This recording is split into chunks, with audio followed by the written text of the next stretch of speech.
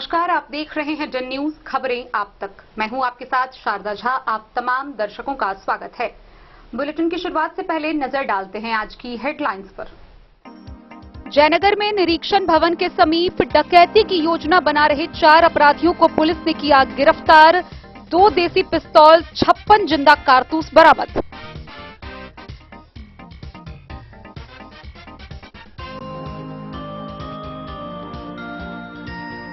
जयनगर के कमला नदी में जल भरने को लेकर स्नान करने के दौरान एक 18 वर्षीय युवक की डूबने से हुई मौत।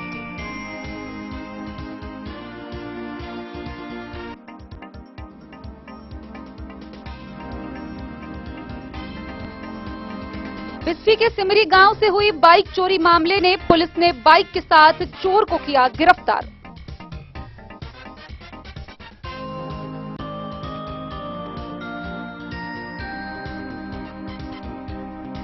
सावन की दूसरी सोमवारी को लेकर एसडीएम अश्विनी कुमार ने बाबा कपिलेश्वर स्थान में रविवार की पूरी रात किया कैंप, सुविधाओं का लिया जायजा।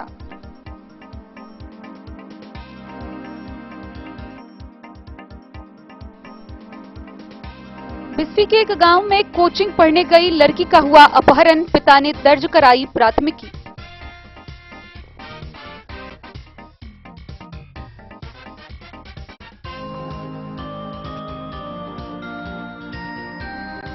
सावन की दूसरी सोमवारी मेला के सफल प्रशासनिक तैयारियों को लेकर डीएम एसपी ने रखी चप्पे चप्पे पे नजर।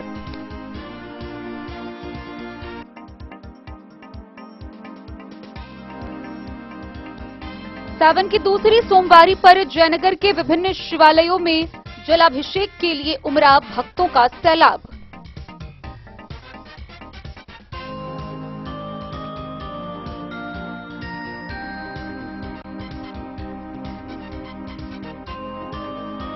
प्रशासन की कड़ी सुरक्षा के बीच बिस्फी के भैरवा गांव में उगना महादेव पर 30,000 से अधिक कांवरियों ने किया जलाभिषेक।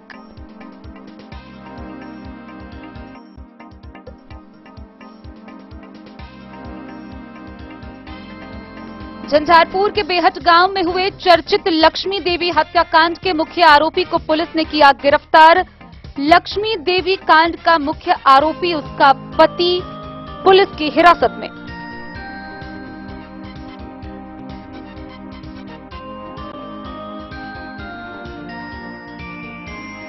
हरलाखी में एफसीसी के द्वारा आयोजित T20 प्रीमियर लीग मैच के चौथे सीजन का हुआ फाइनल मुकाबला। सोट गांव की टीम हुई विजयी।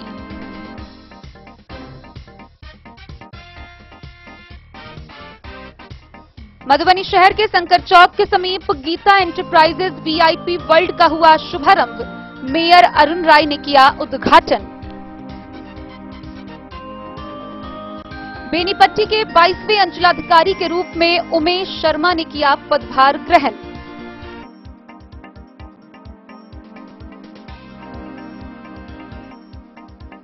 और मधुबनी शहर के गांधी चौक के समीप स्टूडेंट लाइब्रेरी का सदर अनुमंडल पदाधिकारी अश्विनी कुमार ने किया उद्घाटन।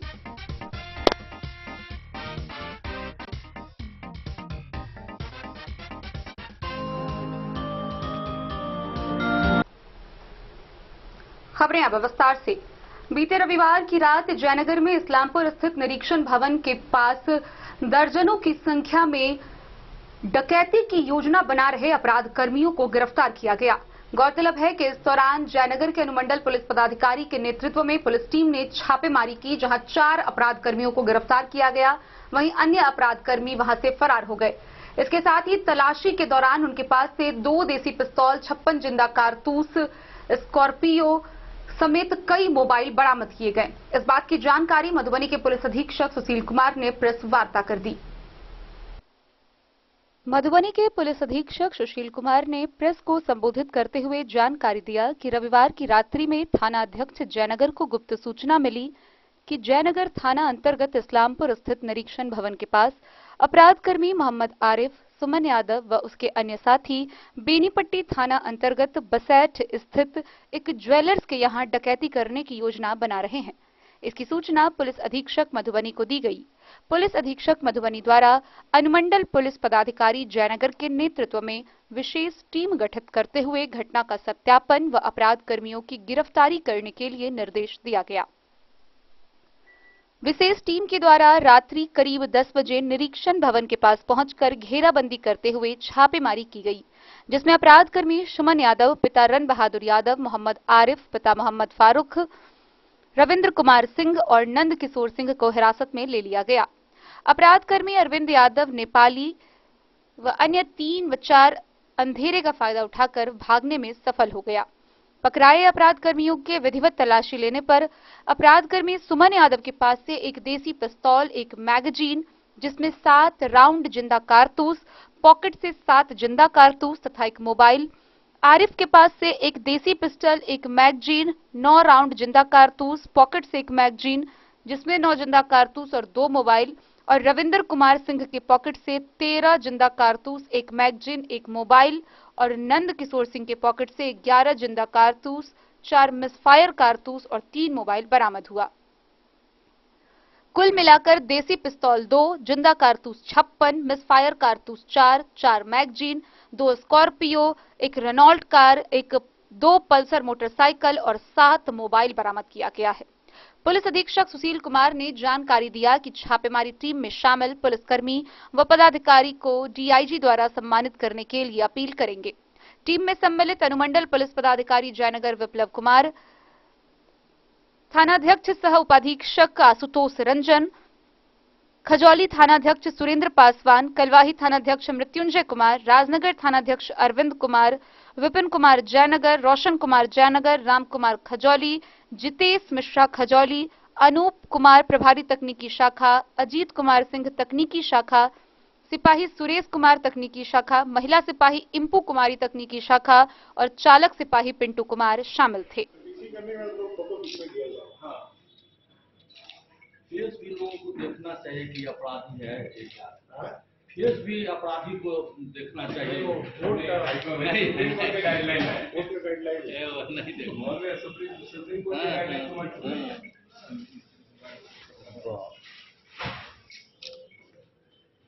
चीज है, लेकिन चीज है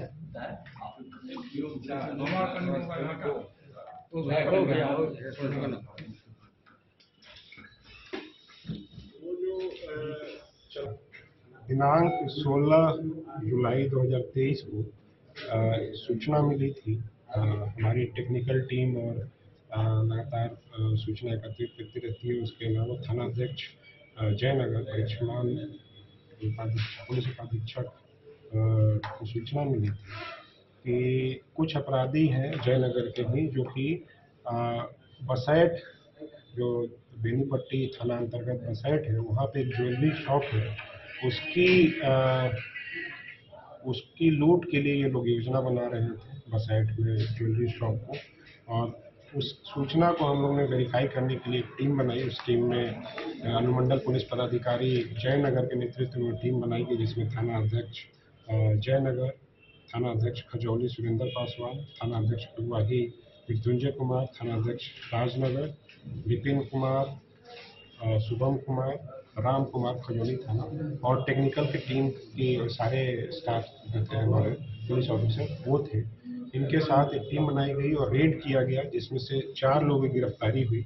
4 लोगों में पहला एक सुमन यादव, मोहम्मद आरिफ, रविंद्र कुमार सिंह और नंद किशोर सिंह। सुमन यादव के पास से एक देसी पिस्टल, उसके अलावा एक मैगजीन और 7 राउंड जिंदा गोली मिला। मोहम्मद आरिफ के पास से एक पिस्टल, एक मैगजीन और 9 राउंड जिंदा गोली मिला। और रविंद्र कुमार के पॉकेट से 13 जिंदा कारतूस और एक मैगजीन की बरामदगी हुई है। नंद किशोर सिंह के पॉकेट से 11 जिंदा कारतूस और 4 मिसफायर कारतूस तथा अन्य चीज़ें बरामद हुई हैं। इसमें उल्लेखनीय बात यह है कि जो ये मोहम्मद आरिफ है, इसके ऊपर पहले भी कई आपराधिक इतिहास है। अभी तक जो हम लोग ढूंढे हैं उसमें 14 इसके ऊपर पुराने आपराधिक इतिहास है। सारे आपराधिक इतिहास जो है हीनियस क्राइम, खास करके आर्म्स एक्ट और लूट और डकैती के केसेज में। और जो अभी हाल में नेपाल में सप्तरी डिस्ट्रिक्ट में जो लूट हुआ था, सप्तरी डिस्ट्रिक्ट में एक बैंक लूट की गई थी, जिसमें मोहम्मद आरिफ मुख्य अभियुक्त थे। उसका सीसीटीवी में फुटेज भी है।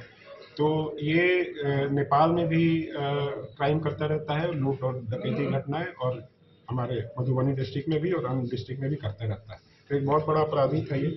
उसके अलावा जो सुमन यादव है, इसके ऊपर भी 5 आपराधिक इतिहास है। सारे इसके ऊपर भी लूट और डकैती के और आर्म्स एक्ट के केस पहले से दर्ज है। ये जेल भी जा चुका है, अभी बेल पर था। तीसरा है रविंदर कुमार सिंह, ये खजौली का है। इसके ऊपर भी 3 केस हैं। ये भी लूट और डकैती के केसेस में वांटेड है, वंचित रहा है। और उसके अलावा चौथा है नंद किशोर सिंह, इसके ऊपर भी 2 आपराधिक इतिहास पहले से रहे। टोटल जो बरामदगी हुई है 2 देसी पिस्तल, 56 जिंदा कारतूस, 4 मिसफायर कारतूस, 4 मैगजीन, स्कॉर्पियो गाड़ी जो है इनके साथ थी 2, रेनॉल्ट कार 1 बरामद हुई है, एक पल्सर मोटरसाइकिल 2 बरामद हुई और 7 मोबाइल फोन बरामद हुई। तो टोटल एक बहुत अच्छा कार्रवाई किया गया है, जिससे जो डकैती की घटना ज्वेलरी दुकान में थी इसको विफल किया गया है पूरी टीम के द्वारा। मैं सभी टीम को पुरस्कृत करने के लिए डीआईजी साहब को भी लिखूंगा और खुद भी अपनी तरफ से पुरस्कृत करूंगा। मधुबनी से फिरोज आलम की रिपोर्ट। बीते रविवार को जयनगर में कमला पुल में जल भरने के दौरान स्नान करने के दौरान एक व्यक्ति की डूबने से मौत होने का मामला सामने आया है। गौरतलब है कि एक 18 वर्षीय किशोर जल भरने को लेकर कमला पुल के समीप नदी में छलांग लगाई। काफी देर तक बाहर नहीं निकलने के बाद डूबने की शंका से उसे खोजबीन किया गया। आनन फानन में उसे अस्पताल पहुंचाया गया, जहां चिकित्सकों ने उसे मृत घोषित कर दिया। जयनगर के कमला नदी में रविवार की शाम जल भरने को लेकर स्नान करने दौरान एक 18 वर्षीय युवक की डूबने से मौत हो गई। पूजा समिति व स्थानीय लोगों के सहयोग से युवक को पानी से निकालने के बाद इलाज के लिए अनुमंडल अस्पताल लाया गया, जहां चिकित्सक ने मृत घोषित कर दिया। मृतक की पहचान दरभंगा जिला के मौलागंज वार्ड नंबर 25 निवासी अमित कुमार गुप्ता पिता राजू साह बताया जा रहा है। घटना की सूचना मिलते ही जयनगर के थानाध्यक्ष डीएसपी आशुतोष रंजन ने दल बल के साथ अस्पताल पहुंचकर शव को अपने कब्जे में लेकर पोस्टमार्टम के लिए मधुबनी भेज दिया। अस्पताल चिकित्सक डॉक्टर विजय कुमार ने बताया कि युवक की मौत डूबने से हो गई है, काफी देर तक पानी के अंदर था। मृतक अपने मित्र मौलागंज निवासी सचिन कुमार पिता मोहन साह के साथ आज सुबह अपने घर से जल भरने के लिए मोटरसाइकिल से जयनगर कमला नदी आया था। जल भरने से पहले स्नान करने के लिए मृतक ने पुल के 6 नंबर फाटक के ऊपर से छलांग लगाई। उसी दौरान काफी देर तक पानी में डूबे रहने के कारण मृतक के मित्र को शंका होने पर पूजा समिति के सदस्यों को सूचना दी। पूजा समिति के सदस्यों ने पानी में गोता लगाकर शव को बाहर निकाला। ये घटना हम लोग ये निकलने वहाँ जल ढालने के लिए कमला नदी, वहाँ 1 बजे हम लोग पहुँच गए। वहाँ 1 बजे से ये हम स्नान करके निकले, वो सारा सामान हमको दे दिया था। उसके बाद जब हम सारा सामान उससे ले लिए थे, उसके बाद वो गया था स्नान करने के लिए। वो पुला पर से कूदा नीचे, पुला के नीचे से चौड़ाई जो होता है उससे से कूदा। उसके बाद वो कूदा तो हम इतना देखे, उसके बाद वो निकला नहीं, बस उसके बाद और कुछ नहीं देखे हम। हमें लड़का का नाम अमित कुमार है, घर मौलागंज। क्या नाम है? मेरा नाम सचिन कुमार है। कहाँ जा रहा था जल भरने के लिए? ये कमला नदी। कमला नदी से वो क्या कहते हैं, कपिलेश्वर जा रहे थे हम लोग। नदी में से कमला नदी से डूबा हुआ बच्चा था, उसको लेकर लाया है, मृत्यु लाया गया है। 18-20 किलो होगा। मोहम्मद अली के साथ हनुमान प्रसाद मोर की report.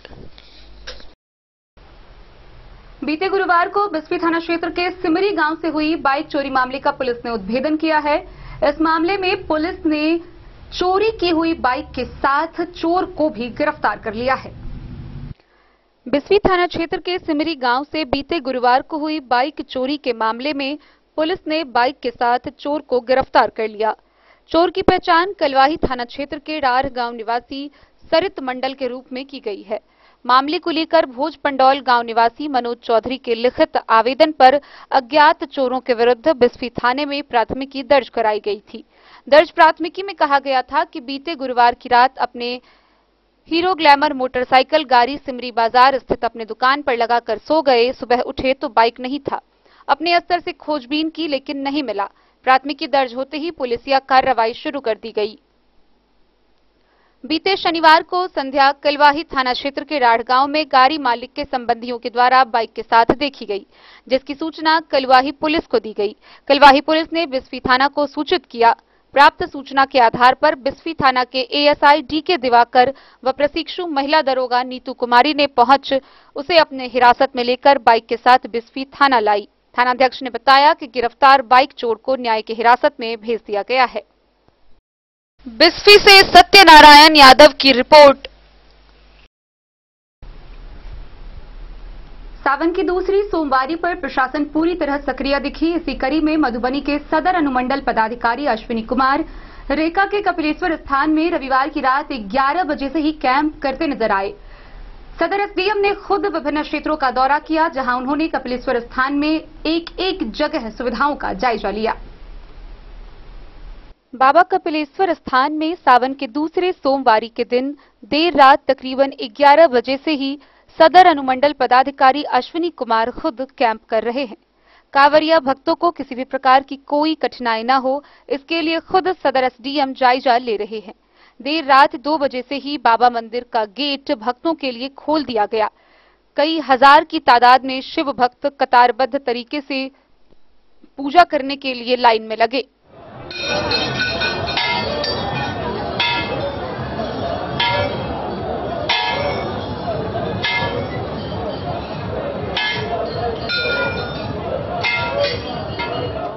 Bureau report Madhubani. Bisfi थाना क्षेत्र के एक गांव से एक लड़की के अपहरण हो जाने का मामला सामने आया है। गौरतलब है कि अफ्रीता कोचिंग पढ़ने गई थी, जहां से वह देर शाम वापस नहीं लौटी। परिजनों ने अपने स्तर से काफी खोजबीन की, लेकिन उसका कहीं पता नहीं चला। इस बाबत अफ्रीता के पिता ने स्थानीय थाना में अज्ञात अपहरणकर्ता के विरुद्ध प्राथमिकी दर्ज कराई है। बिस्फी थाना क्षेत्र के एक गांव से एक लड़की का अपहरण कर लिए जाने की प्राथमिकी बिस्फी थाना में दर्ज कराई गई है। अफ्रीता के पिता के द्वारा बिस्फी थानाध्यक्ष को दिए गए आवेदन के आधार पर अज्ञात के विरुद्ध प्राथमिकी दर्ज की गई है। अफ्रीता के पिता द्वारा थानाध्यक्ष को दिए गए आवेदन में कहा गया है कि बीते 13 जुलाई को उसकी पुत्री घर से कमतौल कोचिंग पढ़ने गई थी। देर शाम तक जब वह घर वापस नहीं लौटी तो अपने स्तर से काफी खोजबीन की, लेकिन कहीं भी उसका अता पता नहीं चला। थानाध्यक्ष राजकुमार राय ने बताया कि प्राथमिकी दर्ज कर अफ्रीता की बरामदगी को लेकर आगे की कार्रवाई शुरू कर दी गई है। बिस्फी से सत्यनारायण यादव की रिपोर्ट। श्रावण माह में सोमवारी मेला के सफल आयोजन को लेकर मधुबनी प्रशासन पूरी तरह सक्रिय नजर आ रही है। खुद जिला पदाधिकारी अरविंद कुमार वर्मा व पुलिस अधीक्षक सुशील कुमार चप्पे चप्पे पर नजर बनाए हुए हैं। इसी कड़ी में बीते रविवार को सावन की दूसरी सोमवारी के पहले प्रशासनिक तैयारी व विधि व्यवस्था को लेकर जिले भर के विभिन्न क्षेत्रों में डीएम, एसपी समेत अन्य अधिकारियों ने दौरा किया, सुविधाओं का जायजा लिया। इसके अलावा जगह जगह पर तैनात मजिस्ट्रेट की उपस्थिति की भी जांच की गई। श्रावण माह की द्वितीय सोमवारी मेला की सफल प्रशासनिक तैयारियों व विधि व्यवस्था संधारण को लेकर रविवार की देर शाम से ही डीएम अरविंद कुमार वर्मा, एसपी सुशील कुमार लगातार सभी गतिविधियों पर नजर बनाए हुए रहे। अपर समाहर्ता नरेश झा, अनुमंडल पदाधिकारी बेनीपट्टी मनीषा कुमारी, अनुमंडल पुलिस पदाधिकारी नेहा कुमारी सहित सभी प्रतिनियुक्त वरीय पदाधिकारी व दंडाधिकारी पूरी तरह मुस्तैद रहे। संपूर्ण जिले में उत्सव, उत्साह व शांतिपूर्ण वातावरण में श्रावण सोमवारी पर्व मनाया गया। डीएम अरविंद कुमार वर्मा व एसपी सुशील कुमार ने देर रात्रि में बिस्फी मेला क्षेत्र पहुंचकर विधि व्यवस्था सहित प्रशासनिक तैयारियों का भी जायजा लिया। उन्होंने बल्हाघाट, भैरवा मंदिर सहित कई स्थानों पर पहुंचकर विधि व्यवस्था का जायजा लिया और प्रतिनियुक्त दंडाधिकारियों व पुलिस पदाधिकारियों के प्रतिनियुक्ति स्थल पर पहुंचकर उनकी उपस्थिति का भी जायजा लिया। सीसीटीवी कैमरे व वीडियोग्राफी फुटेज के माध्यम से नजर पूरे दिन रखी गई। गश्ती दल भी लगातार सक्रिय रहा। सभी स्थानों पर आवश्यक दवाओं के साथ मेडिकल टीम मुस्तैद रही। एसडीआरएफ की टीम श्रावणी मेले को लेकर बल्हाघाट, जयनगर, भैरवा सहित महत्वपूर्ण स्थलों पर राहत व बचाव कार्य में पूरी तरह मुस्तैद है। जिला नियंत्रण कार्य में कक्ष पल-पल की गतिविधियों पर नजर बनाए हुए है। Bureau report Madhubani. खबरों का सिलसिला जारी रहेगा। जल्द ही लौटेंगे एक छोटे से ब्रेक के बाद। आप बने रहिए हमारे साथ। प्रधान रेडीमेड एवं साड़ी शोरूम फैशन भी, गारंटी भी, डिजाइनों के कलेक्शन भी। मधुबनी में कपड़ों के विश्वसनीय प्रतिष्ठानों में से एक समाधान रेडीमेड एवं साड़ी शोरूम, जहां आप पाएंगे लक्ष्मीपति, सुभाष, विशाल, अनुश्री समेत हर तरह की साड़ी, सिल्क साड़ी और बनारसी साड़ी, हैंडवर्क साड़ी और फैंसी साड़ी, साथ ही आकर्षक डिजाइनों में लहंगा, चुनरी भी। सभी ब्रांडेड कपड़ा यहाँ उपलब्ध है। Readymade coat pant, sherwani, jeans pant, shirt, crop top, बाबा suit, ladies suit, gown, Naira suit समेत मेंस वियर, लेडीज वियर एवं किड्स वियर का भरपूर रेंज व विभिन्न प्रकार के डिजाइनों के लिए आज ही पधारे। समाधान रेडीमेड एवं साड़ी शोरूम। हमारा पता है महिला कॉलेज रोड, मधुबनी। समाधान रेडीमेड एवं साड़ी शोरूम हमारी, आपकी और हम सब की पहली पसंद। समाधान रेडीमेड एवं sari showroom.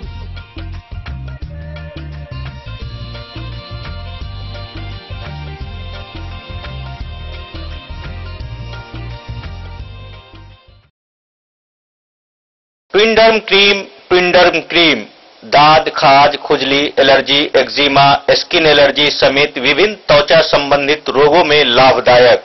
ट्विंडर्म cream marketed by Aronix health care.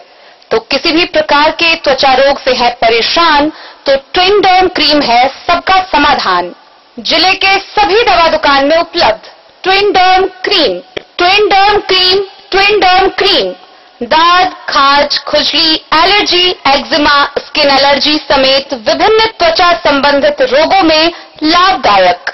ट्विंडर्म cream marketed by Aronix health care. तो किसी भी प्रकार के त्वचा रोग से हैं परेशान तो ट्विंडर्म क्रीम है सबका समाधान। मधुबनी जिला के हर दवा दुकान में उपलब्ध Twinderm cream. Jewellery house Swarnashri. सोने की शुद्धता मापने वाला यंत्र कैरेटोमीटर यहाँ उपलब्ध है, क्योंकि सोने की शुद्धता और आपके विश्वास के साथ कोई समझौता नहीं। रत्न, सोना व चांदी के हर तरह के आभूषणों के लिए एक बार अवश्य आएं। लाइट वेट व बेहतरीन कारीगरी वाले गहनों का अनूठा संगम। आपका भरोसा ही है हमारी पूंजी। बिना किसी मिलावट व पूरी शुद्धता के साथ हॉलमार्क गहने आपको देना हमारा परम कर्तव्य। तो देर किस बात की, अपने मनपसंद गहनों की खरीदारी के लिए आज ही आए। पता याद रखें, ज्वेलरी हाउस स्वर्णश्री, बड़ा बाजार, मधुबनी। बेहतरीन साड़ियों एवं रेडीमेड कपड़ों का अनूठा संगम बॉम्बे फैशन। शादी हो या कोई त्योहार, हर तरह के खास आयोजन में आपको पसंद आएंगी यहाँ के डिजाइनर, कामदार एवं बेहतरीन साड़ियाँ। यानी अगर आप चाहते हैं सभी प्रकार की कामदार, फैंसी, बनारसी, प्योर सिल्क, सूती साड़ियाँ, सलवार सूट और लहंगा चुन्नी, तो सोचने की जरूरत नहीं, आए बॉम्बे फैशन। हम रखते हैं आपकी पसंद का ख्याल। शर्टिंग, सूटिंग एवं ब्रांडेड रेडीमेड कपड़े भी मिलेंगे आपको उचित मूल्य पर। यही नहीं, बच्चों के कपड़े बाजार से कम कीमत पर यानी होलसेल रेट पर प्राप्त करें। पता याद रखें, बॉम्बे फैशन, महिला कॉलेज रोड। सावन की दूसरी सोमवारी पर जयनगर प्रखंड समेत जिले भर में हर्षोल्लास दिखा। गौरतलब है कि सोमवार की अहले सुबह से ही हजारों की तादाद में जयनगर प्रखंड के विभिन्न शिवालयों पर श्रद्धालु जलाभिषेक करने पहुंचे। सावन की दूसरी सोमवारी को जयनगर के विभिन्न शिवालयों में जलाभिषेक के लिए भक्तों का सैलाब उमड़ पड़ा। बाबा भोले को जल चढ़ाने के लिए सुबह 4 बजे से ही मंदिरों में भक्तों की कतार लगनी शुरू हो गई। सोमवारी को लेकर जयनगर के तमाम शिव मंदिरों में भक्तों की सुविधा के लिए विशेष इंतजाम किए गए हैं। मंदिरों को बिजली के रंगीन बल्बों व एलईडी लाइटों से आकर्षक तरीके से सजाया गया है। सावन की दूसरी सोमवारी को सुबह से लेकर दोपहर बाद तक जयनगर के विभिन्न शिव मंदिरों में भोलेनाथ की पूजा अर्चना के लिए भीड़ दिखी।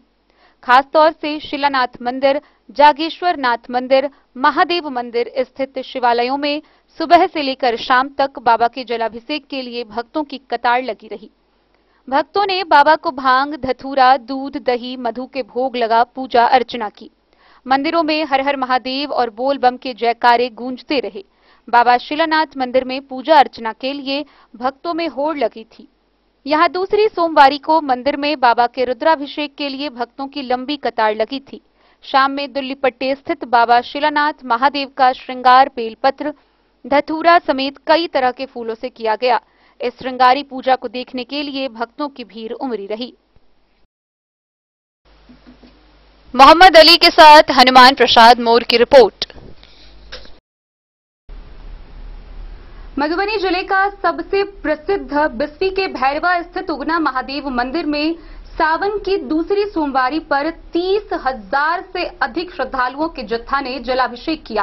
पहले सुबह से ही जलाभिषेक जारी रहा, जो देर शाम तक पूजा अर्चना होती रही।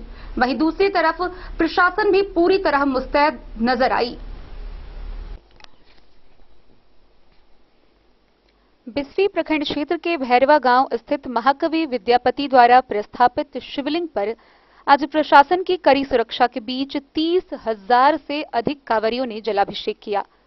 रविवार की 1 बजे रात में डीएम अरविंद कुमार वर्मा व एसपी सुशील कुमार जिला मुख्यालय से बल्हाघाट पहुंचकर कांवरियों को रवाना किए। वहां पर पहले डीडीसी विशाल राज, एडीएम नरेश झा, मुख्यालय डीएसपी प्रभाकर तिवारी, एसडीएम मनीषा कुमारी व डीएसपी नेहा कुमारी, डीसीएलआर सह मेला नोडल पदाधिकारी राजू कुमार भी पहले से मौजूद थे। इस कांवरियों का जत्था देर शाम तक चलता रहा। कांवरियों की सुरक्षा के लिए वाच टावर के साथ बैरिकेडिंग भी बनाए गए थे, जहां कभी संख्या में पुलिस बल तैनात किए गए थे। इस बार जिला समाहर्ता अरविंद कुमार वर्मा द्वारा बल्हाघाट से मुख्य पथ तक पीसीसी सड़क बनवा दिए जाने के कारण कांवरियों को मंदिर जाने में सहूलियत हो रही थी। कांवरियों द्वारा विभिन्न प्रकार के आध्यात्मिक नारों व महिलाओं की टोलियों द्वारा विभिन्न प्रकार के नचारी गीत से परिक्षेत्र आध्यात्मिक माहौल से सरोबार हो रहा था। यहाँ धीरे धीरे दंडी कांवरियों की संख्या बढ़ती जा रही है। इस बार बल्हाघाट से शिवालय तक, जिसकी दूरी लगभग 4 किलोमीटर है, उसकी सुविधा के लिए बहुत से लोग अपने निजी खर्च से शरबत जलपान के साथ नहाने के लिए फव्वारे भी लगा दिए थे। भैरवा शिवालय अपने आप में अद्वितीय है। यह शिवालय अल्पसंख्यक समुदायों के बीच अवस्थित है। जिला प्रशासन की सूझबूझ से अब सभी कोई इस जलाभिषेक में कांवरियों की मदद करने के लिए तैयार रहते हैं। धीरे धीरे शिवालय का विकास भी हो रहा है। बीते वर्ष जिला समाहर्ता अरविंद कुमार वर्मा शिवालय से मुख्य पथ तक सड़क बनवा दिए जाने के कारण कांवरियों को अब मंदिर परिसर में कोई दिक्कत नहीं हो रही है। आज जलाभिषेक कार्यक्रम में वरीय उप समाहर्ता सह प्रभारी BDO Naseen Kumar Nishant, BDO Manoj Kumar, CO Rakesh Kumar, MO Dhirendra Kumar, थानाध्यक्ष राजकुमार राय, महिला दरोगा नीतू कुमारी, एएसआई डीके दिवाकर, रविंद्र चौधरी के साथ मेला कमेटी के अध्यक्ष सुशील यादव, प्रमुख प्रतिनिधि मदन यादव समेत कई लोग कांवरियों की सेवा में सक्रिय दिखे।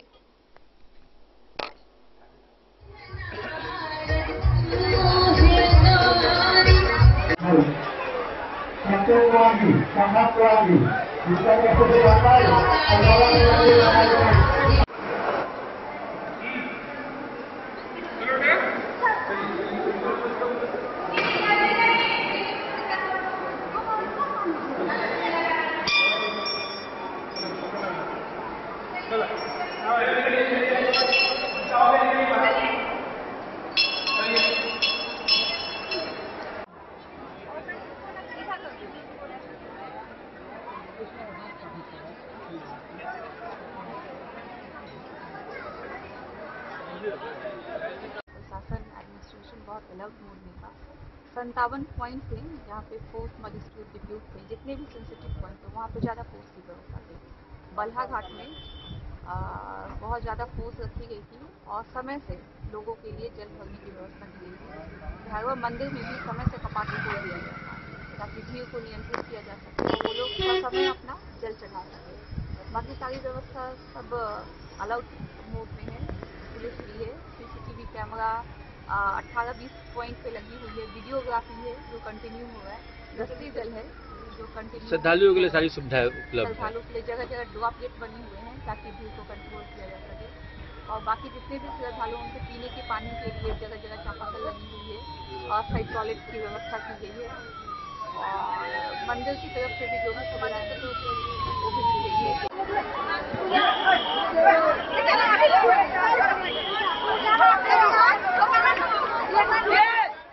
बिस्फी से सत्यनारायण यादव की रिपोर्ट। बीते दिनों झंझारपुर के बेहट गांव में हुई लक्ष्मी देवी हत्याकांड मामले के मुख्य आरोपी को पुलिस ने गिरफ्तार किया है। गौरतलब है कि बीते दिनों झंझारपुर के बेहट गांव में लक्ष्मी देवी हत्याकांड मामले को लेकर स्थानीय ग्रामीणों और पुलिस के बीच झड़प भी हुई थी। इस दौरान 12 लोगों को गिरफ्तार किया गया था। हालांकि इस मामले का उद्भेदन करते हुए पुलिस ने अगले दिन मृतका के डेड बॉडी को बरामद कर पोस्टमार्टम के लिए भेजा। पोस्टमार्टम रिपोर्ट अब तक नहीं आया है। वहीं इस मामले के मुख्य आरोपी मृतका के पति अनिल मुखिया को पुलिस ने गिरफ्तार कर लिया है। वहीं अनिल मुखिया ने मारपीट होने की बात बताई है। उसने बताया है कि पत्नी के साथ झगड़ा हुआ था, जहां पत्नी ने फांसी लगा लिया तो उसके डेड बॉडी को जमीन में गाड़ दिया गया। हालांकि इस दौरान खून के छींटे भी बरामद हुए थे। पुलिस इस गुत्थी को सुलझाने में लगी हुई है। झंझारपुर आरएसओपी क्षेत्र के बेहट गांव में हुए चर्चित लक्ष्मी देवी हत्याकांड के मुख्य आरोपी को पुलिस ने गिरफ्तार कर लिया है। गिरफ्तार व्यक्ति मृतका लक्ष्मी देवी का पति अनिल मुखिया है। इसकी गिरफ्तारी पुलिस ने पिपराघाट के समीप घात लगाकर की है। इस गिरफ्तारी के साथ पुलिस पर एक पक्ष की लोगों को गिरफ्तार करने के आरोप खत्म हो गए। एसडीपीओ आशीष आनंद ने बताया कि 11 जुलाई की सुबह आरएसओपी के प्रभारी को सूचना मिली थी कि लक्ष्मी देवी की हत्या कर शव को छुपा दिया गया। उसी दिन लाश को लेकर बेहट गांव में सड़क जाम हुआ, रोरेबाजी हुई, पुलिस पर भी हमला हुआ। उसी रात पुलिस ने मृतका लक्ष्मी देवी के डेड बॉडी को कमला तटबंध किनारे बालू में दफन अवस्था से निकाला था। डेड बॉडी के सर के ऊपर चोट के कई निशान थे। एसडीपीओ ने बताया कि अब तक पोस्टमार्टम रिपोर्ट अप्राप्त है। मृतका के भाई रमेश ने उसी दिन आवेदन दिया था, जिसमें मुख्य अभियुक्त रमेश के बहनोई अनिल मुखिया को गिरफ्तार किया गया। अनिल मुखिया अपनी दादी की श्राद्ध के लिए नई दिल्ली से गांव आया हुआ था।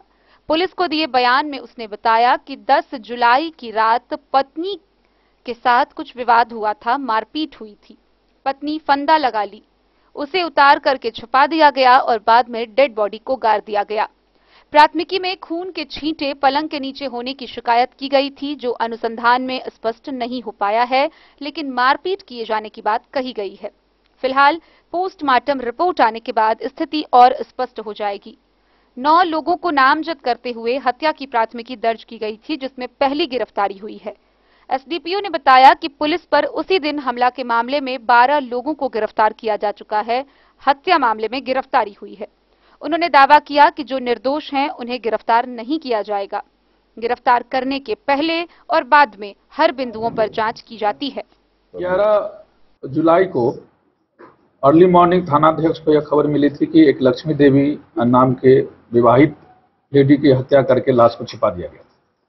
इस क्रम में तत्काल थानाध्यक्ष द्वारा खोजबीन किया गया और उसी दिन लगभग 10:30-11 बजे के बाद आसपास बेहट में रोड जाम कर दिया गया, सड़क जाम कर दिया गया, इसी बात को लेकर के कि मुझे डेड बॉडी चाहिए और दोषियों की गिरफ्तारी भी हुई। इस परिप्रेक्ष्य में मैं भी वहां पहुंचा था, हमारे एसडीओ, हमारे और अन्य थानाध्यक्ष, सर्किल इंस्पेक्टर सब लोग पहुंचे थे। जो भी हुआ इन प्रकार जो भी हुआ उस समय पुलिस पर हमला भी हुआ, अरेस्टिंग भी हुई, लेकिन इस क्रम में हमारी पुलिसिंग चलती रही। जो भी उनका ग्रीवांस था उस पर हम लोग ध्यान दे रहे थे। पुलिस अधीक्षक महोदय द्वारा लगातार निर्देशन दिया जा रहा था। इस क्रम में मामला हत्या से संबंधित था और इसी खोजबीन के क्रम में उसी देर रात डेड बॉडी पुलिस के द्वारा रिकवर भी कर लिया गया।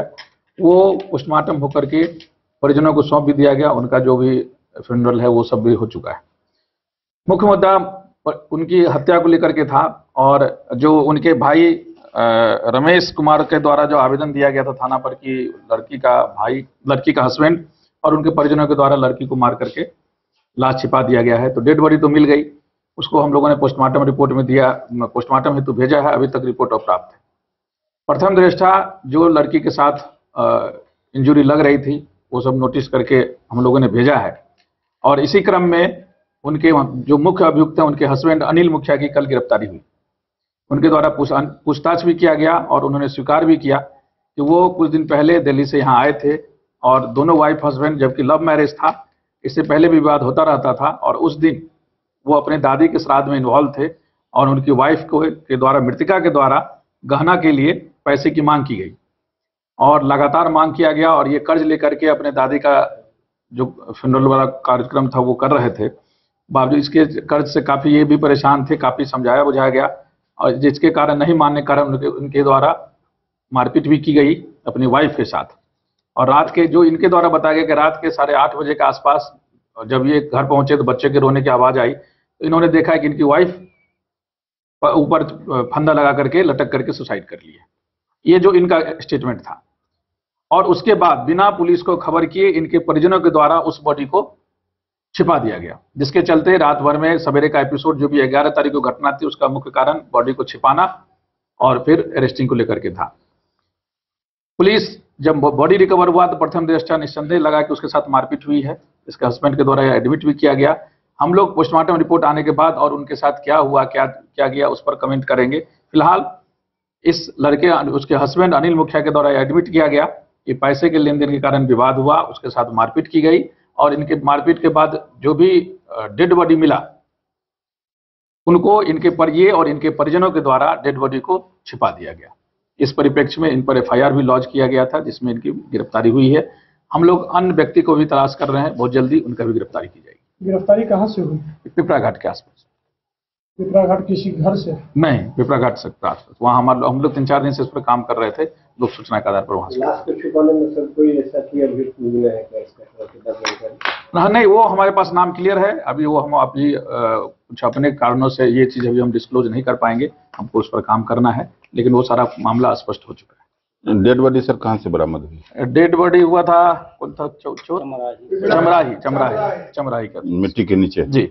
सर पर जख्म था ज्यादा? हाँ, चेहरे पर भी निशान था और फिर पोस्टमार्टम रिपोर्ट आने के बाद हम लोग और उस पर कुछ क्लियर। आरोप था कि घर में खून के छींटे पड़े थे, वहां भी पुलिस पहुंची की? जी, पुलिस वो वेरीफाई की थी। ये इन्होंने एडमिट किया कि उसके साथ मारपीट हुआ, ज्यादती हुई थी। हम लोग पोस्टमार्टम रिपोर्ट के आने के बाद उस पर क्लियर कट कह पाएंगे कि उसके साथ खून गिरा हुआ था घर पे। खून के छींटे बहुत स्पष्ट नहीं थे, लेकिन मारपीट हुई थी यह बात क्लियर था। सर जैसा कि मामला हुआ इसमें 12 अरेस्ट भी हुए, जी, सब मामला हो गया था जी, तो ऐसा मामला हो तो जनता के लिए सर क्या कहेंगे आप? जनता के लिए बिल्कुल एक स्पष्ट सा हमारा एक रिक्वेस्ट है कि एक पुलिस, हम लोग भी इसी समाज के अंग, जहां हम पोस्टिंग होती है हम उसी समाज के अंग बन जाते हैं और हम 24 घंटा आपके लिए उपलब्ध रहते हैं। किसी व्यक्ति विशेष या किसी पर्सन, कोई भी डिपार्टमेंट हो, उसके चलते यदि कुछ उनको लगता है कि सामने वाले से गलती हो तो उसका निदान के लिए कई सारे चैनल हैं और यदि कुछ आपको गलतफहमियां हो या सही बात हुई तो उसको रखा जाना चाहिए था सामने, और इसके चलते आप लॉ एंड ऑर्डर किसी भी कीमत पर नहीं ले सकते। अंतोगत वही पुलिस जिस पर हमला करने का प्रयास किया गया और हमने जिन व्यक्तियों की अरेस्टिंग की, वही पुलिस ने रिकवर भी किया, वही पुलिस अरेस्ट भी कर रही है और अभी भी उनमें किन्हीं को कोई प्रॉब्लम होगा तो हम ही उपलब्ध होंगे। यह बात आपको समझना होगा कि हम पुलिस आप ही के लिए हैं। हमारी पोस्टिंग जहां सरकार करती है आपके लिए करती है और हर समाज का बहुत कई सारे पहलू होते हैं। हम कुछ एक पहलू को लेकर के यदि कुछ किसी को किसी से व्यक्तिगत समस्या हो या ना भी हो तो आप हमसे शेयर कर सकते हैं। यदि हमसे समस्या हो तो हमारे ऊपर सीनियर बैठे हैं हमको मॉनिटर करने के लिए, उनसे कर सकते हैं। लेकिन कभी भी रिक्वेस्ट है आप कानून को हाथ में न लें। निसंदेह हमारी इसमें 12 अरेस्टिंग हुई है, लेकिन हमारा पहले प्रॉमिस था कि जो ये मर्डर हुआ है हम इसमें भी न्याय दें, ताकि हम पर यह आरोप न लगे कि पुलिस पर अरेस्टिंग हो रही है तो लगातार अरेस्टिंग हो रही है और जो मर्डर केस था पुलिस उसको ओवरलुक कर रही है। ये हमने इसमें कार्रवाई शुरू कर दी है, इसकी अरेस्टिंग हुई है और अरेस्ट लोगों का पहचान भी हो गया। हम इसका भी रिजल्ट देंगे, लेकिन जिसने हमला किया था उसमें भी एक भी नहीं बचेगा। जो जेन्युइन होगा बिल्कुल जेल जाएगा। कहीं माना जाएगा आपने जो वादा किया था वो उस पे आप करे उतर? जी बिल्कुल, पुलिस अधीक्षक महोदय का लगातार निर्देशन हमको मिलता रहा, उसमें हम लोग कार्रवाई करते हैं। एक चीज और सर, कि मृतका के भाई रमेश कुमार के द्वारा जो प्राथमिकी दर्ज हुई थी जिसमें 9 को नामजद आरोपी बनाया गया था, उसमें से एक की गिरफ्तारी तो आपने कर ली जी, बाकी बचे के 8 लोग जो हैं जी, क्या प्रथम दृष्टया वो लोग भी दोषी हैं? इसमें कुछ लोग हैं कुछ नहीं है, वो हम अभी क्लियर नहीं कर पाएंगे, वो हमारा चीज है। कुछ लोग हैं और कुछ लोग नहीं जी, और जो लोग नहीं है ये हमारा पहले भी कमिटमेंट था। आपने 2 दिन पहले खुद आपने अपने मीडिया में निकाला भी था, जो लोग इन्वॉल्व नहीं थे हमने उसे PR पर छोड़ा भी था, जो कि पुलिस पर हमले वाले में आए थे। निसंदेह इसमें भी न्याय मिलेगा, ये हमारा वादा। झंझारपुर से सरफराज सिद्दीकी की रिपोर्ट। हरलाखी प्रखंड में फ्रेंड्स क्रिकेट क्लब के द्वारा T20 प्रीमियर लीग के 4थे सीजन के फाइनल मुकाबला का आयोजन हुआ। फाइनल मुकाबला हरलाखी प्रखंड के सोटगांव पंचायत और हरलाखी पंचायत के बीच खेला गया, जहां सोटगांव पंचायत की टीम ने जीत हासिल की। हरलाखी प्रखंड के दीनदयाल +2 उच्च विद्यालय के प्रांगण में FCC के द्वारा आयोजित T20 प्रीमियर लीग मैच के चौथे सीजन का फाइनल मुकाबला सोटगांव हरलाखी पंचायत के बीच खेला गया, जहां टॉस जीतकर सोट गांव की टीम ने पहले बल्लेबाजी करते हुए 20 ओवर में 6 विकेट के नुकसान पर 221 रन बनाया, जिसमें नरेश सहनी ने 62 और प्रियांत ने 40 रन बनाया। वहीं जवाब में हरलाखी की टीम ने 20 ओवर में 9 विकेट के नुकसान पर 157 रन पर सिमट गए। इस प्रकार सोट गांव की टीम ने 64 रन से फाइनल मुकाबला जीतकर शील्ड कप पर कब्जा जमा लिया। मैन ऑफ द मैच सोट गांव के नरेश सहनी को दिया गया, वहीं man of the series Harlakhi के सुमन पांडे को दिया गया।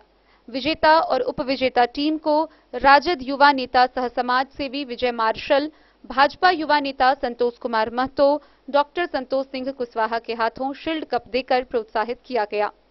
खिलाड़ियों को संबोधित करते हुए विजय मार्शल ने कहा कि जीत और हार एक ही सिक्के के दो पहलू हैं। जीत से ना तो अधिक उत्साहित होना चाहिए और ना ही हार से खिलाड़ियों को घबराना चाहिए। खेल में हार और जीत लगी रहती है। उन्होंने लीग मैच आयोजन कमेटी के अध्यक्ष भूषण यादव के नेतृत्व में किए गए प्रीमियर लीग मैच की सराहना करते हुए कहा कि इस तरह के आयोजन से ग्रामीण क्षेत्र के खिलाड़ियों में निखार आता है और वह आगे चलकर बेहतरीन खेल पाते हैं। संतोष महतो ने कहा कि खेल से शारीरिक विकास के साथ साथ मानसिक विकास भी होता है। एम्पायर की भूमिका में शंकर मेहता व ब्रजेश मिश्रा थे। मौके पर फ्रेंड्स क्रिकेट क्लब के अध्यक्ष ऋषिकेश झा, भूषण कुमार यादव, रमेश गुप्ता समेत एफसीसी के अन्य सदस्य मौजूद थे।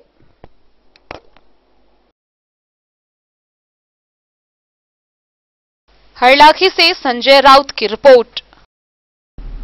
मधुबनी शहर के संकर चौक स्थित गीता इंटरप्राइजेज वीआईपी शोरूम का शुभारंभ किया गया। इसका उद्घाटन मधुबनी नगर निगम के मेयर अरुण राय ने फीता काटकर किया। मौके पर मेयर, डिप्टी मेयर विमल जायसवाल, विष्णु राउत समेत कई अतिथि मौजूद थे। मधुबनी शहर के संकर चौक के समीप गीता इंटरप्राइजेज वीआईपी वर्ल्ड का शुभारंभ हुआ। इस दौरान मुख्य अतिथि के रूप में मधुबनी नगर निगम के मेयर अरुण राय समेत कई लोग उपस्थित थे, जहां मेयर अरुण राय, डिप्टी मेयर अमानुल्लाह खान समेत अन्य अतिथियों ने फीता काटकर संयुक्त रूप से गीता इंटरप्राइजेज वीआईपी वर्ल्ड का उद्घाटन किया। इस दौरान मौके पर केदार ठाकुर और गीता देवी भी उपस्थित रहीं। वहीं उन्होंने बताया कि गीता इंटरप्राइजेज वीआईपी वर्ल्ड के खुलने के बाद अब लोगों को और भी अधिक सहूलियत होगी। मौके पर विष्णु राउत समेत कई लोग उपस्थित थे।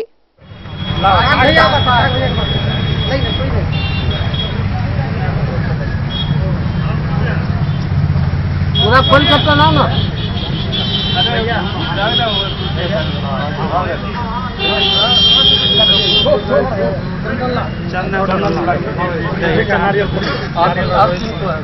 पंडित जी एक मंत्र दियो, हम पकड़ के आप जाइए। और किसका है?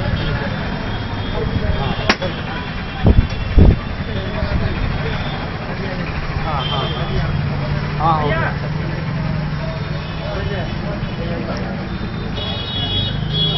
बढ़िया से पंडित जी मंत्र पढ़ियो। हर काम में हाँ आप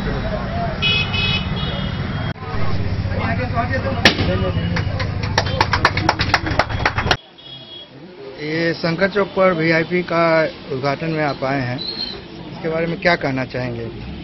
ये मधुबनी जिला के लिए ऐतिहासिक चीज है और शंकर टाकीज चौक पर बहुत अच्छे जगह वीआईपी का शोरूम खुला है।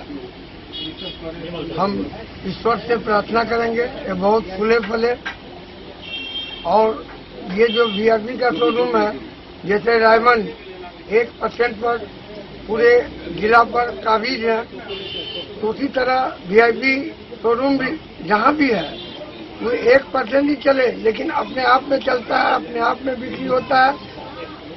क्योंकि ये वीआईपी जो है कंपनी वो हर शहर में है, तो मधुबनी के लिए ये पहला जो शंकर टाकीज चौक पे आज खोले हैं तो बहुत अच्छा ढंग से चलेगा, ये हमको आशा और विश्वास है।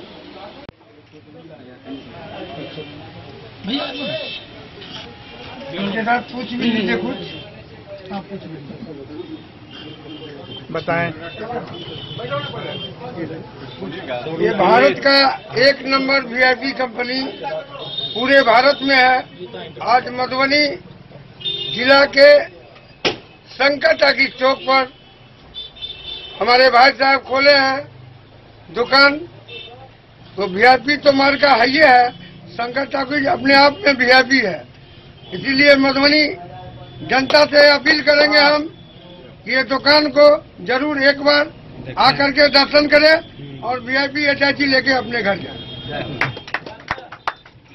वीआईपी शोरूम का उद्घाटन हुआ है, उसके बारे में क्या कहना चाहेंगे आप? अभी हमारे शंकर चौक पे मेयर अरुण राय जी भी यहाँ इस वीआईपी के शोरूम में उपस्थित हैं। ये मधुबनी के लिए गौरव की बात है कि लोग दरभंगा मुजफ्फरपुर जाया करते थे। वीआईपी का शोरूम जो खोला गया उससे न केवल नगरवासी को बल्कि पूरे जिलावासी को इसका फायदा मिलेगा और बेहतर ब्रांड है ये। और इस ब्रांड की आवश्यकता थी क्योंकि हम लोग मिथिलांचल में है, लगन से लेकर के और भी बहुत सारे इसमें कोई बिना भेदभाव के यहाँ इस सब तजारत में लोग परिवार को गिफ्ट करता है जीएसटी वगैरह, और ये पसंदीदा ब्रांड है लोगों का। हम आशा करते हैं और ईश्वर से कामना करते हैं कि बेहतर रिजल्ट आए और रेट का और क्वालिटी का कुछ कहना ही नहीं है, वो तो ओपन है, उसमें कुछ कहना ही नहीं है। हम मधुबनी नगर और पूरे जिलावासी से निवेदन करेंगे कि इस शोरूम में एक बार शंकर चौक के बगल में है, इस शोरूम में एक बार आकर के पधारे और जो सेवा है वो हमारे प्रोप्राइटर जो है उनको सेवा का मौका दें, यही विशेष। चौक पर वीआईपी का उद्घाटन हुआ है, उसके बारे में आपका क्या कहना चाहेंगे? मैं ये कहना है कि ये वीआईपी कोई नई कंपनी नहीं है, ये पूरे भारतवर्ष के अंदर में मशहूर है और सभी लोग जानते हैं, बच्चे तक जानते हैं वीआईपी कंपनी को, इसलिए कि वीआईपी का ही बैग लेकर बच्चे स्कूल जाते हैं।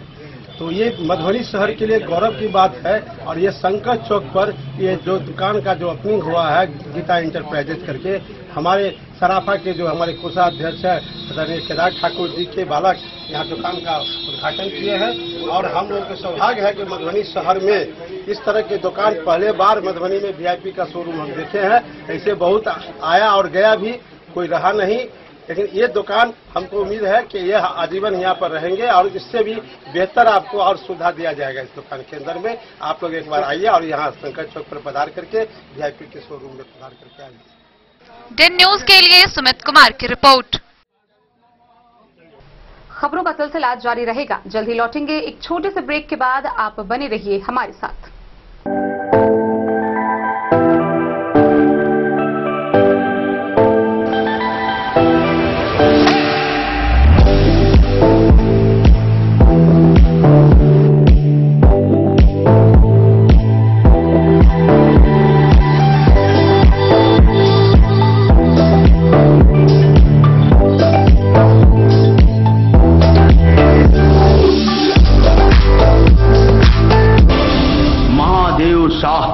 अमरनाथ प्रसाद ज्वेलर्स 916 हॉलमार्क ब्रांडेड गोल्ड एवं डायमंड ज्वेलरी शोरूम, गांधी चौक, राजनगर बाजार, एक भरोसे की पहचान। शगुन वाटिका मैरिज गार्डन मधुबनी शहर के बीचों बीच बाबू साहिब चौक पर आपकी सुविधा अनुसार आकर्षक और भव्य मैरिज गार्डन।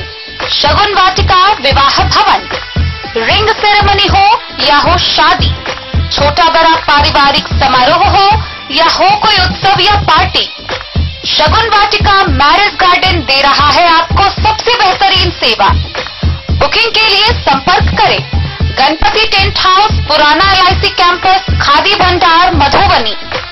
संपर्क सूत्र 7903625254। के क्षेत्र में एक नया आयाम अब छोटे बच्चों के लिए भी आधुनिक सुविधाओं के साथ उपलब्ध।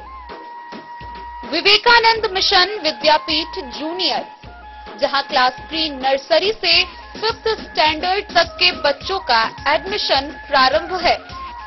अगर आप भी चाहते हैं अपने बच्चों का शिक्षा के क्षेत्र में बेहतर विकास, तो विवेकानंद मिशन विद्यापीठ जूनियर है आपके लिए तैयार। 2.5 से 10 वर्षों के बच्चों के लिए आपको मिलेगा आधुनिक सुविधाओं के साथ एक बेहतर शिक्षा का माहौल। सीबीएसई बेस्ड करिकुलम सिलेबस के साथ साथ स्टूडेंट्स होंगे art and craft, game and sports और कल्चरल एक्टिविटीज में अव्वल। इंग्लिश मीडियम के माहौल के बीच स्टूडेंट्स बनेंगे स्मार्ट, जहां किताबी ज्ञान के साथ साथ हर क्षेत्र में स्टूडेंट्स होंगे अवेयर। हॉबीज और इंटरेस्ट को मिलेगी प्राथमिकता। तो आइए और अपने बच्चों के बेहतर भविष्य के लिए आज ही नामांकन करवाइए।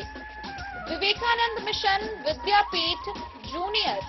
हमारा पता है सिरहुत कॉलोनी, नगर परिषद, main road, ward number 1। Benipatti अंचल में 22वें अंचलाधिकारी के रूप में उमेश शर्मा ने पदभार ग्रहण किया है। पदभार ग्रहण करने के बाद उपस्थित लोगों को संबोधित करते हुए उन्होंने बताया कि विभिन्न कल्याणकारी योजनाओं का निष्पादन करना उनकी पहली प्राथमिकता होगी। बेनीपट्टी अंचल के 22वें अंचलाधिकारी के रूप में उमेश शर्मा ने सोमवार को पदभार ग्रहण कर लिया है। उन्होंने कागजी प्रक्रिया पूर्ण होने के बाद निवर्तमान सीओ पल्लवी कुमारी गुप्ता से विधिवत प्रभार ग्रहण किया है।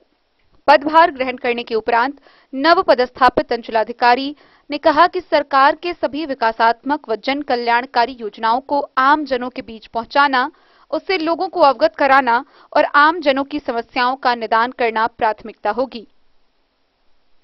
राजस्व व भूमि सुधार के मामले में बेनीपट्टी के अंचल को जिले के श्रेष्ठ अंचल में शामिल कराने का हर संभव प्रयास करेंगे। गौरतलब है कि इससे पहले वह पटना जिला के घोसवरी अंचल के प्रभारी अंचलाधिकारी के रूप में पदस्थापित थे, जबकि निवर्तमान सीओ पल्लवी कुमारी गुप्ता का स्थानांतरण पश्चिमी चंपारण जिला के नरकारिया अंचल में हुआ है। मौके पर प्रधान लिपिक वीरेंद्र कुमार सेन, अंचल नाजर रमन झा, राजस्व कर्मचारी प्रमोद कुमार मंडल, विकास कुमार मल्लिक, अंचल कर्मी व स्थानीय लोग मौजूद थे। जी मैं अपना योगदान लिया। बेनीपट्टी के अंचल अधिकारी योगदान दिया हूँ। आने वाले समय में उम्मीद करता हूँ कि बेनीपट्टी की जनता के कार्य को अच्छे होगा और इसमें आप सभी लोगों का भी सहयोग की आवश्यकता पड़ेगी। लगता है कि मेरा और आम जनता का सहयोग के साथ बेनीपट्टी का भविष्य अच्छा सर। एक मिनट जो भी कर्मी सभी का नाम, मोबाइल नंबर जितने राजस्व कर्मचारी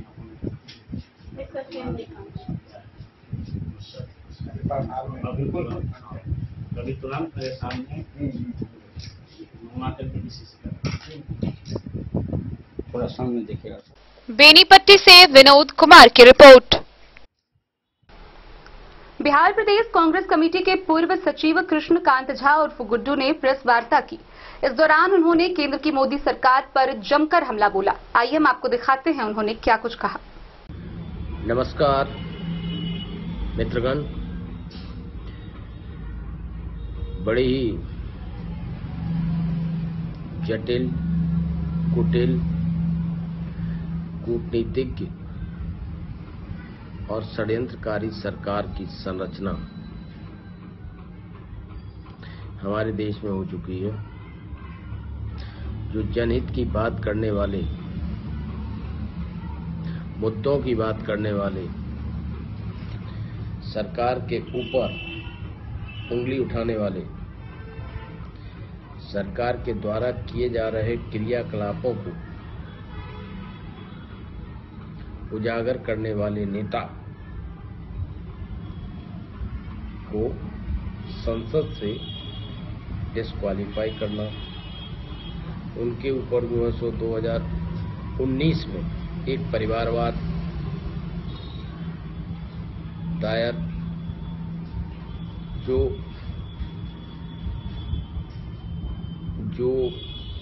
पेटिशनर थे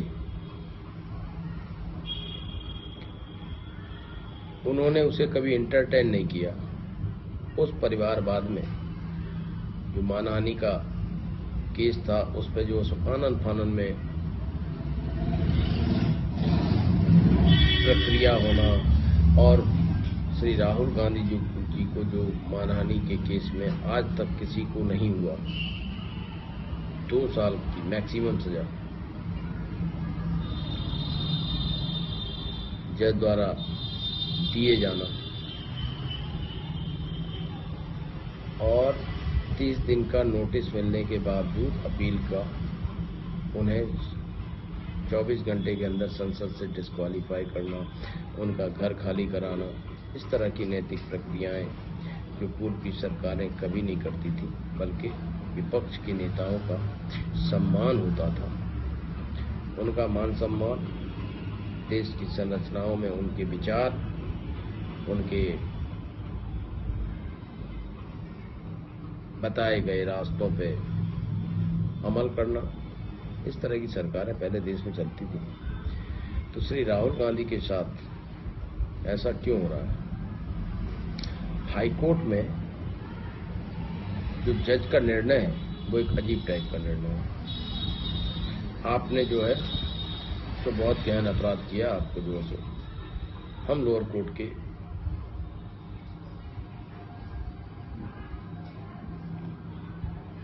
दिए गए निर्देश और सजा को एंटरटेन नहीं करना चाहते हैं, वो सही है।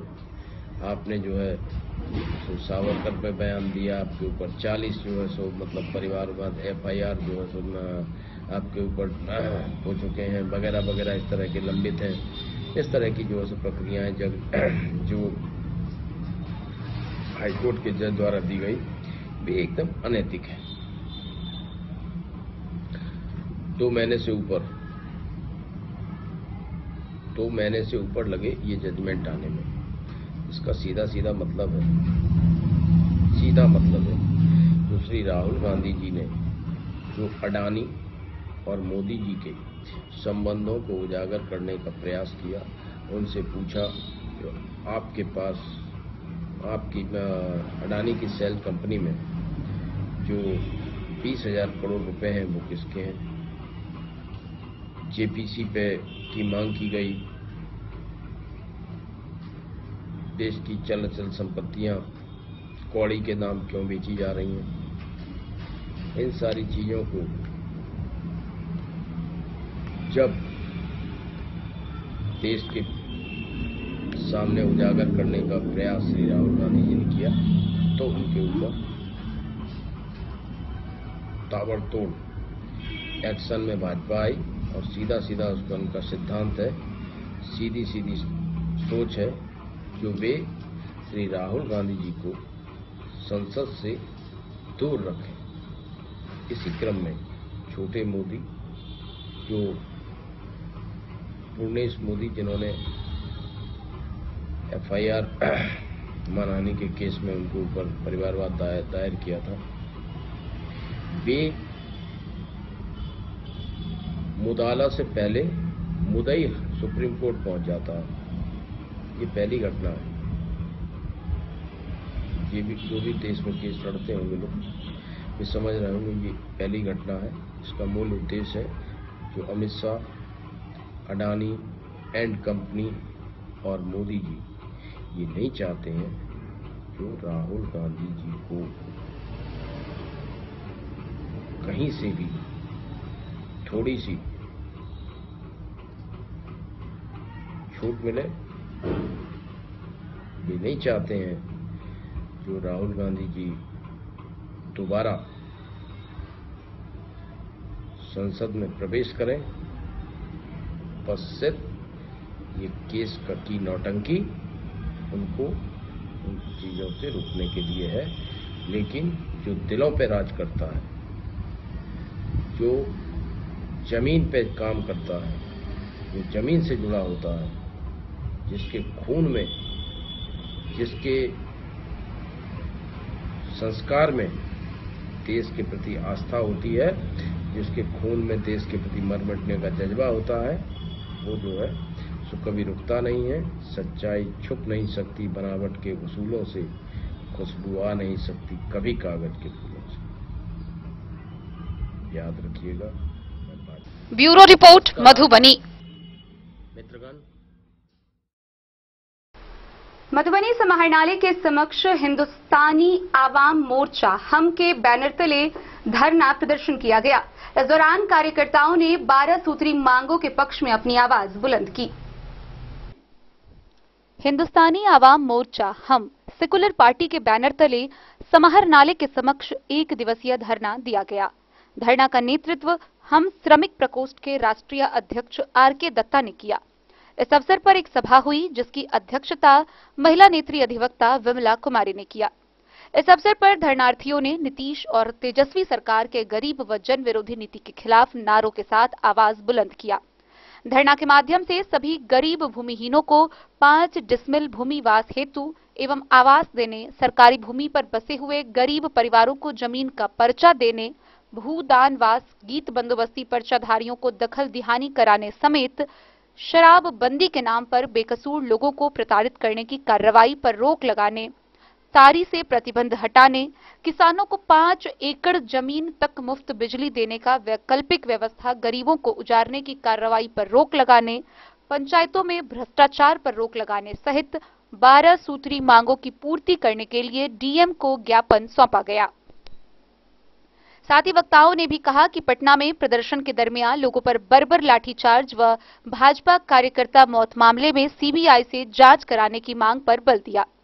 इस अवसर पर मुख्य रूप से SC/ST जिलाध्यक्ष उदय साखी, जिला प्रवक्ता विनोद क्रांति, मीडिया प्रभारी सुनील कुमार, साकारी गामी रामदुलारी देवी, अनीता देवी समेत सैकड़ों की संख्या में हम के कार्यकर्ता शामिल हुए।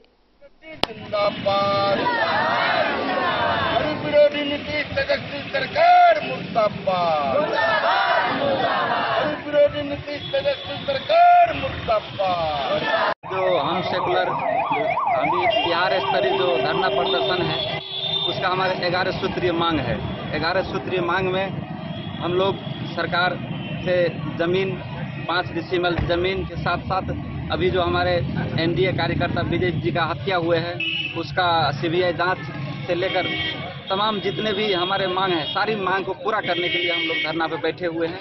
और इतना ही नहीं, हम लोग इस संगठन के माध्यम से जन तक जाकर के हर ब्लॉक में जाकर के इसका एकता के साथ हमारी अपनी मांग को पूरा कराने हेतु हम लोग यहाँ उपस्थित हैं। मैं हिंदुस्तानी आवाम मोर्चा सेकुलर मधुबनी जिला मीडिया प्रभारी सुनील कुमार शाह, मैं दमनकारी नीति के खिलाफ हूँ। एक बात बताइए कि आप मधुबनी या तमाम जिले या प्रदेश में निकाले गए समाचार पत्रों में शिक्षक अभ्यर्थी की बहाली होने वाली थी और बराबर जो समाचार पत्रों के द्वारा निकाला जा रहा था कि 9000 सीट खाली है, 8000 सीट खाली है हर एक जिला में। आप एक बात बताइए, जो 1 से 5 तक के बच्चे को पढ़ा सकते हैं वो 6 to 8 क्वालिफाइड शिक्षकों को बहाली में क्यों नहीं लाया गया है? ये घोर निंदनीय है और इन पर सरकार की कानों में गूंज तक नहीं है। और आने वाले समय में गरीब परिवार से एक भी शिक्षक नहीं होंगे क्योंकि पैसे और भ्रष्टाचारी के कारण हर एक सीट को खरीदा जा रहा है। इस सरकार में यही नीति है। आप क्या कहना चाह रहे हैं, बोलिए।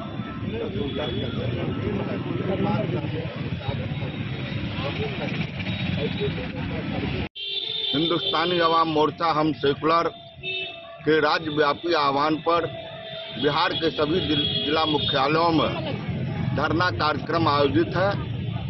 इसी परिप्रेक्ष्य में मधुबनी जिलाधिकारी के समक्ष मधुबनी जिला शाखा की ओर से 12 सूत्री मांगों को लेकर धरना दिया जा रहा है और इस धरना के माध्यम से 12 सूत्री मांगों का ज्ञापन हमने डीएम साहब को सौंपा है और हमने मांग किया है कि तमाम पंचायतों में गरीब भूमिहीनों का सर्वेक्षण कराया जाए और भूमिहीन परिवारों को 5 डिसमिल जमीन, बास हेतु और आवास की सुविधा उपलब्ध कराई जाए। हम लोगों ने मांग किया है कि सरकारी जमीन पर, मालिकाना जमीन पर जो लोग बसे हुए हैं उन लोगों को भी जो है व्यवस्थित करते हुए पर्चा निर्गत करने का काम किया जाए। हम लोगों की डिमांड है, मांग है कि बिहार में आजकल तारीख पर प्रतिबंध लगा करके गरीबों की रोजी रोटी छीनने का काम किया गया है, उस प्रतिबंध को वापस लिया जाए। शराब के नाम पर बेकसूर गरीबों को जेल में बंद करने का जो काम किया गया है उस पर रोक लगा, प्रताड़ित करने पर रोक लगाई जाए। किसानों को जो 5 एकड़ तक के किसान हैं उनको जो है मुफ्त में बिजली की सुविधा, मुफ्त में सिंचाई की सुविधा उपलब्ध कराई जाए। और पिछले दिनों पटना के अंदर शिक्षक अभ्यर्थियों के समर्थन में भाजपाओं के द्वारा जो प्रदर्शन चल रहे थे शांतिपूर्ण, उस प्रदर्शन के ऊपर जो बर्बर लाठीचार्ज हुई है और उसमें भाजपा के एक कार्यकर्ता विजय सिंह की मौत हुई है। उस घटना की हम लोगों ने इस धरना के माध्यम से सीबीआई जांच कराने की भी मांग हम लोगों ने किया है। कुल मिलाकर 12 सूत्री मांग हमारी है और इन 12 सूत्री मांगों की पूर्ति पर हम लोग जो है सो आवाज बुलंद कर रहा है। अगर हमारी मांगें नहीं सुनी जाएंगी, पुनः हम लोग जो है सो बैठक करके फिर जहाँ जो है मधुबनी जिला में आंदोलन करने का काम करें। क्या नाम हुआ आपका? आर.के. दत्ता, राष्ट्रीय अध्यक्ष हम श्रमिक प्रकोष्ठ सह मधुबनी जिला प्रभारी। विनोद जी का प्रवक्ता है हमारे जिला। मधुबनी से फिरोज आलम की रिपोर्ट। मधुबनी शहर के गांधी चौक के समीप स्टूडेंट लाइब्रेरी का शुभारंभ हुआ। इस लाइब्रेरी का उद्घाटन मधुबनी के सदर अनुमंडल पदाधिकारी अश्विनी कुमार ने किया। शहर के गांधी चौक के समीप स्टूडेंट लाइब्रेरी का उद्घाटन सदर अनुमंडल पदाधिकारी अश्विनी कुमार ने दीप प्रज्वलित कर किया। मौके पर उन्होंने कहा कि बड़े शहर की तरह अब मधुबनी भी विकसित हो रहा है। इस तरह की लाइब्रेरी पहले बड़े शहरों में हुआ करती थी, अब मधुबनी में खुलने से छात्र एकाग्रचित होकर आराम से यहाँ पढ़ाई कर सकेंगे। यहाँ किताब या कंप्यूटर दोनों तरह की पढ़ाई छात्र कर सकेंगे। इस लाइब्रेरी का छात्र भरपूर फायदा उठाकर अच्छी पढ़ाई करें और आगे बढ़ें। वहीं लाइब्रेरी के निदेशक गुड्डू ने कहा कि यहाँ गरीब छात्रों के लिए विशेष सुविधा रहेगी। यहाँ बहुत कम चार्ज में छात्र आराम से पढ़ सकेंगे। एकाग्रचित मन से छात्र कोर्स या तैयारी की पढ़ाई कर सकते हैं। खासकर हॉस्टल में रहने वाले छात्र को भीड़ से अलग रहकर पढ़ने का मौका मिलेगा। यहाँ वाईफाई, एसी, शुद्ध पानी सहित अन्य तरह की सुविधा है। मौके पर हेमंत सिंह, सत्यनारायण सिंह, नीतीश कुमार, मनीष कुमार समेत कई लोग मौजूद थे। कभी-कभी जो मंथली मैगजीन से जो निकलता है कंपटीशन एग्जाम का, वो सब सर डालेंगे।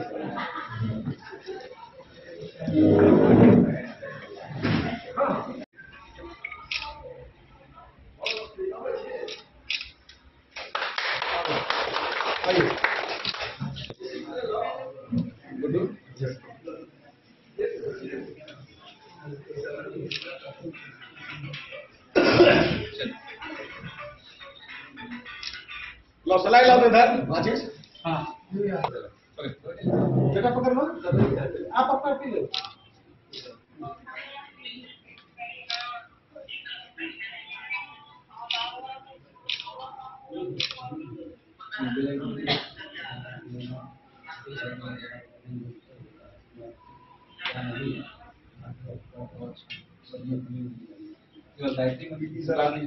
सर, स्टूडेंट्स लाइब्रेरी का जो उद्घाटन किया गया है, सर 2 शब्द बता दीजिए, क्या कहना चाहेंगे?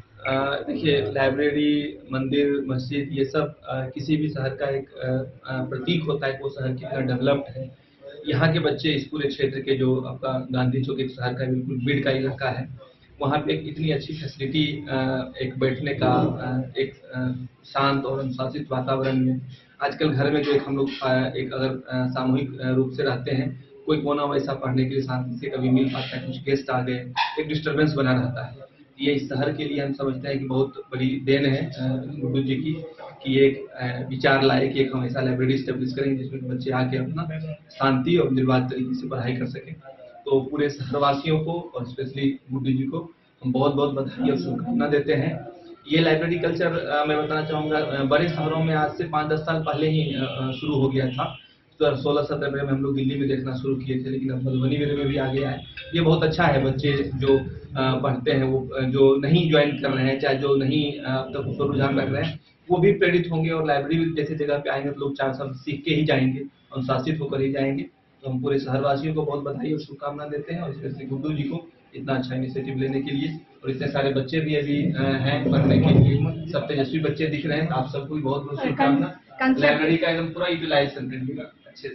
लाइब्रेरी कंसेप्ट लाइक ई लाइब्रेरी ई लाइब्रेरी तो हो गया कि आपके कंप्यूटर में ही आप सब चीज देख सके। ये एक वैसा प्लेस है, ये जो कॉन्सेप्ट है बेसिकली कोई सा प्लेस है।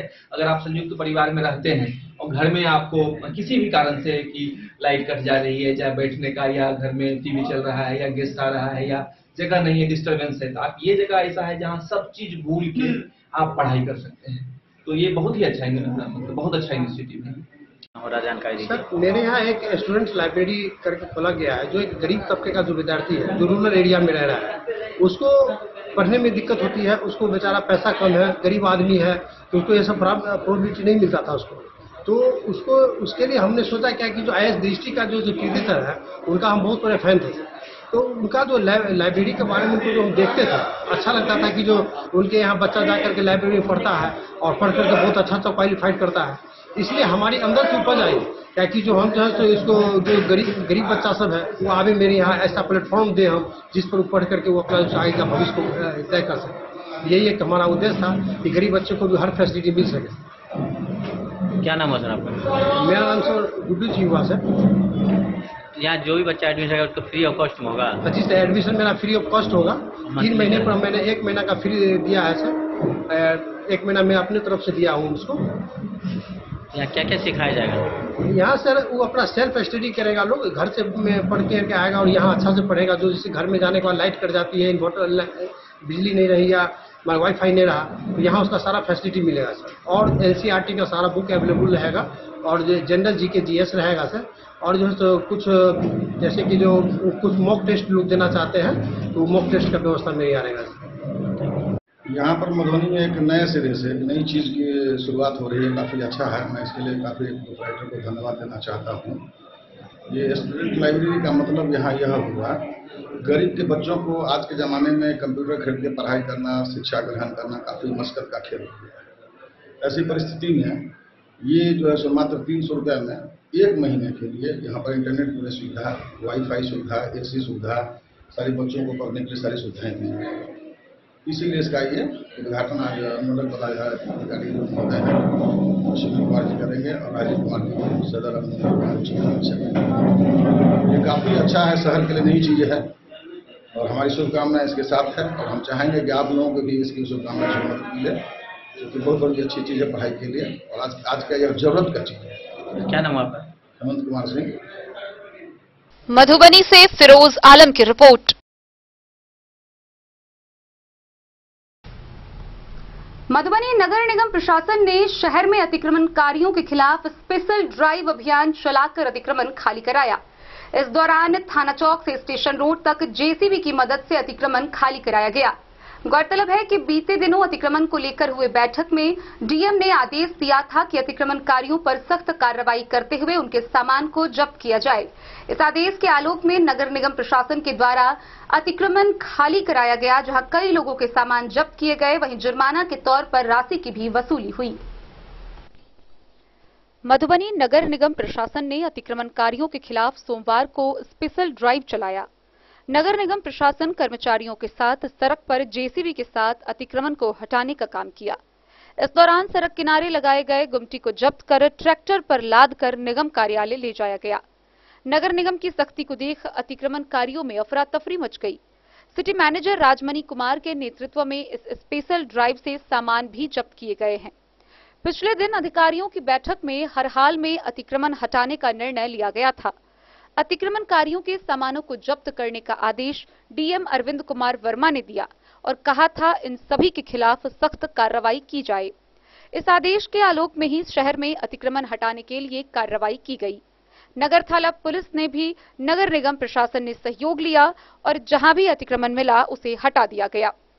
चलाए जा रहे इस अभियान के दौरान सिटी मैनेजर राजमणि कुमार ने बताया कि नाला और सड़क पर सामान रखने वाले दुकानदारों पर जुर्माना भी लगाया गया है। इसके तहत इस अभियान से राशि की भी वसूली की गई है। उन्होंने बताया कि सड़क और नाला से हर हाल में अतिक्रमण को हटा लिया जाना है। इसके लिए बार बार चेतावनी भी दी जा रही है। उन्होंने आम लोगों से भी अतिक्रमण के खिलाफ चलाए जा रहे इस अभियान में सहयोग करने का आग्रह किया। बताया कि अतिक्रमण के कारण रोड में जाम की समस्या उत्पन्न होती है, वहीं नाले की सफाई सही से नहीं हो पा रही है। नाला ब्लॉक होने से जलजमाव का संकट उत्पन्न होता है। मौके पर मौजूद पर्यावरण पदाधिकारी मनोज कुमार समेत कई कर्मी मौजूद थे। इन लोगों को हटाने से पहले सूचना नहीं दिया जाता है। ये लोग ठेला है अपना बुल करके बेचेंगे, चलते फिरते बेचेंगे, चलते फिरते में हम लोग कोई प्रतिबंध नहीं लगाए। ये जगह स्थायी रूप से नहीं रहना है। स्थायी रूप से नहीं रहना। सर क्या नाम हुआ आपका? मनोज कुमार, पर्यावरण पदाधिकारी। सबसे पहले तो यहाँ बोर्ड लगाया गया था टेम्पो स्टैंड। बीच में नगर परिषद प्रशासन के लोगों ने यहाँ फुटपाथ दुकानदारों को ठेला लगवा दी। अब पुनः लोगों का कहना है कि जिला पदाधिकारी का आदेश है और उस आदेश के आलोक में से हटाया जा रहा है। तो हमारा कहना है कि गरीब जाए तो जाए कहाँ? गरीब जो है तो जाए तो जाए कहाँ? गरीब के लिए सरकार या यहाँ के स्थानीय प्रशासन अभी तक क्या व्यवस्था की है? न कहीं वेंडिंग जोन बना है, जबकि वेंडिंग जोन का मामला आज से नहीं बहुत दिनों से चल रहा है, कई वर्षों से चल रहा है। एक दूसरी बात है कि बिना टीवीसी की बैठक कराए हुए प्रशासनिक नगर परिषद प्रशासन नंगा नाच नाच रहा है, जबकि कानून बना हुआ है कि जब तक टीवीसी की बैठक नहीं कराई जाती है, जब तक टीवीसी की बैठक में से पास नहीं किया जाता कि कहां से हटाना और कहां से नहीं हटाना, तब तक किसी को कोई हटा नहीं सकता। तो भारत सरकार का कानून, राज्य सरकार का कानून एक खिलौना बन चुका है यहाँ के प्रशासन के लिए। तो एक खिलौना कब तक प्रशासन बना के रखेंगे हमको पता नहीं चल पा रहा है। अतिक्रमण खाली कराया जा रहा है, कहाँ से कहाँ तक खाली कराया जाएगा? जोर से बोला जाएगा। वाटर स्कूल से लेकर के थाना चौक तक और थाना चौक से लेकर स्टेशन तक अतिक्रमण हटाने का अभियान चल रहा है और मोटरसाइकिल लगाने वाले को सख्त हिदायत दिया जा रहा है कि रोड पे दोनों साइड पे स्पीकर करके अपना मोटरसाइकिल न लगाए। आवागमन में हम दोनों को बहुत परेशानी का सामना करना पड़ रहा है। इस वजह से मोटरसाइकिल जो भी लगे सही तरीके से और अरेंज करके। लेकिन आप लोग तो बराबर खाली कराते हैं, फिर खाली कराते हैं, कल फिर लगा देता है। बराबर खाली कराते रहते हैं, फाइन भी करते हैं, जुर्माना लगाने के बाद में जब्त भी किया जाता है सामान। लेकिन ये कार्रवाई निरंतर चलते रहेगा। क्या नाम है सर आपका? मनीष कुमार गुप्ता, नगर प्रबंधक, नगर निगम। मधुबनी से फिरोज आलम की रिपोर्ट। तो आज के इस बुलेटिन में फिलहाल इतना ही। कल फिर हाजिर होंगे नए खबरों के साथ। तब तक दीजिए पूरी टीम को इजाजत और मधुबनी की हर छोटी बड़ी खबरों के लिए देखते रहिए DEN न्यूज, खबरें आप तक। नमस्कार।